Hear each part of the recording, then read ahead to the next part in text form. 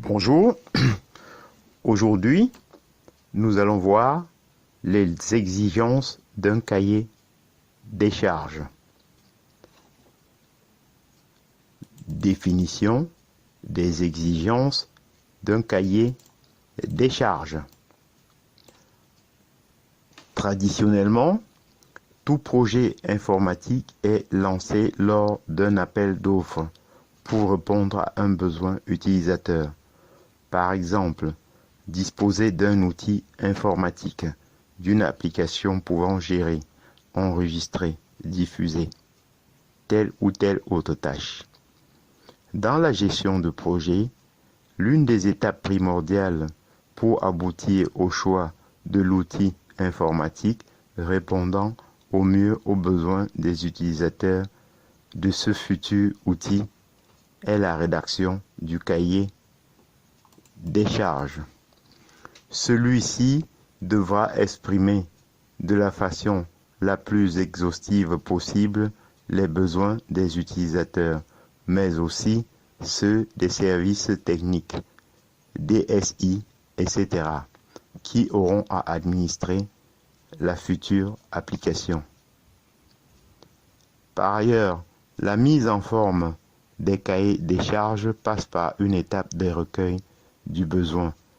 Il s'agit d'entretiens au cours desquels les utilisateurs expriment leurs besoins, les documentent et les illustrent en partant de leurs tâches actuelles, puis projetant celles-ci une fois l'outil implémenté. En outre, pour pouvoir comparer les solutions du marché ou pour pouvoir départager les éditeurs qui répondent au cahier des charges via un appel d'offres, il est plus simple de clarifier chacun des besoins exprimés sous forme d'exigences, puis de pondérer celles-ci. Obligations, souhaitées, de confort. Ces exigences seront présentées dans un tableau Excel pour obtenir au global une note pour chacune des solutions. Voilà. Maintenant, on va parler vraiment des exigences d'un cahier des charges. Différents niveaux.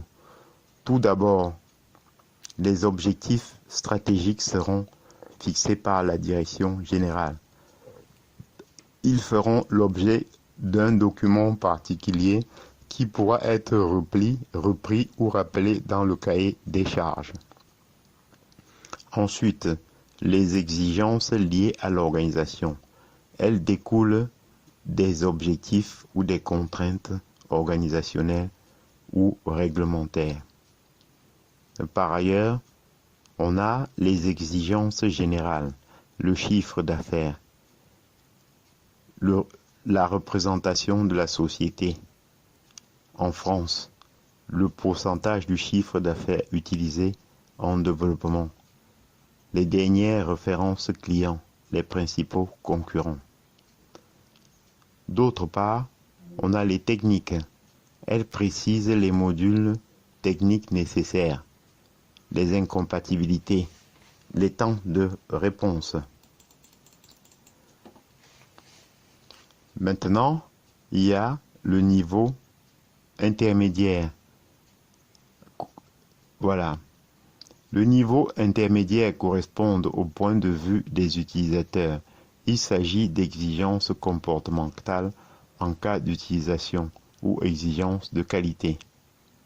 Ensuite, basique. Elles décrivent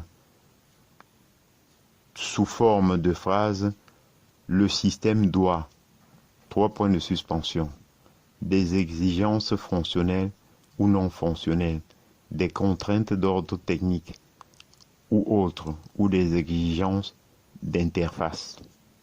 Cette classification permet de structurer la spécification en couches d'exigences de plus en plus détaillées.